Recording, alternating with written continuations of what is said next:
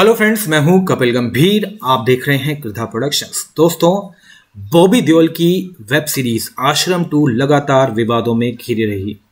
इस पर कर्णी सेना ने इसका ट्रेलर देखकर ही कह दिया था कि इसमें सिर्फ और सिर्फ अश्लीलता परोसी गई है और इसलिए इस पर बैन लगना चाहिए। हालांकि बैन नहीं लगा और ये वेब सीरीज रिलीज हो गई। और इसकी रिलीज के बाद इस वेब सीरीज की हीरोइन अनुप्रिया गोयनका ने एक रियल लाइफ बाबा पर बड़े ही संगीन आरोप लगा दिए हैं।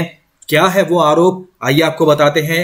उन्होंने एक इंटरव्यू में कहा कि मेरा परिवार एक बाबा पर बहुत विश्वास करता था, मैं भी उस पर विश्वास करने लगी।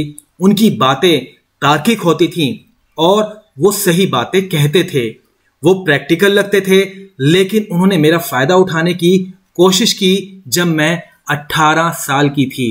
इस वजह से मैं लंबे समय तक डरी डरी रही।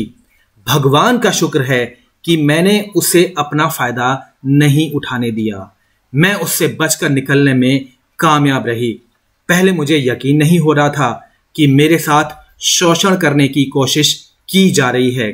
मुझे इस बात को मानने में वक्त लगा। शुरुआत में मुझे खुद पर डाउट हो रहा था कि मैं उस पर इतना भरोसा करती हूं और ऐसा नहीं हो सकता जैसा मैं सोच रही हूं।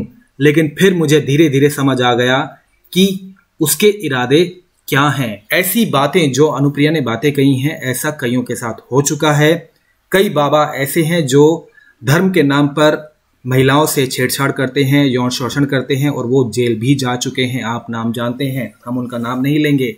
लेकिन अब बड़ा सवाल उठता है कि अनुप्रिया ने इसका जिक्र अभी क्यों किया?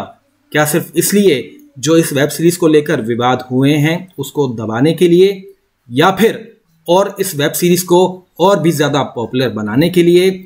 और तो और अनुप्रिया ने उस बाबा का नाम क्यों नहीं लिया? ये वेब सीरीज भी, इसकी कहानी भी कुछ ऐसी है जिसमें बाबा जो है वो भी औरतों का, लड़कियों का शोषण करता है और इसीलिए इस पर विवाद उठे थे।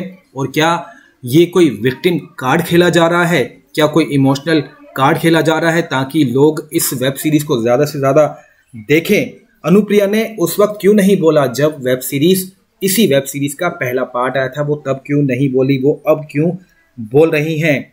अब ऐसे सवाल उठ रहे हैं अनुप्रिया पर। और अनुप्रिया, अगर वाकई आप सच बताना चाहती हैं तो आपको उसका नाम बताना चाहिए, उस बाबा का नाम बताना चाहिए, ताकि उसका ढोंग दुनिया को पता चले, ताकि किसी और लोगों के साथ ऐसा शोषण ना हो पाए। दोस्तों, आप क्या कहेंगे अनुप्रिया के इस बयान के बारे में?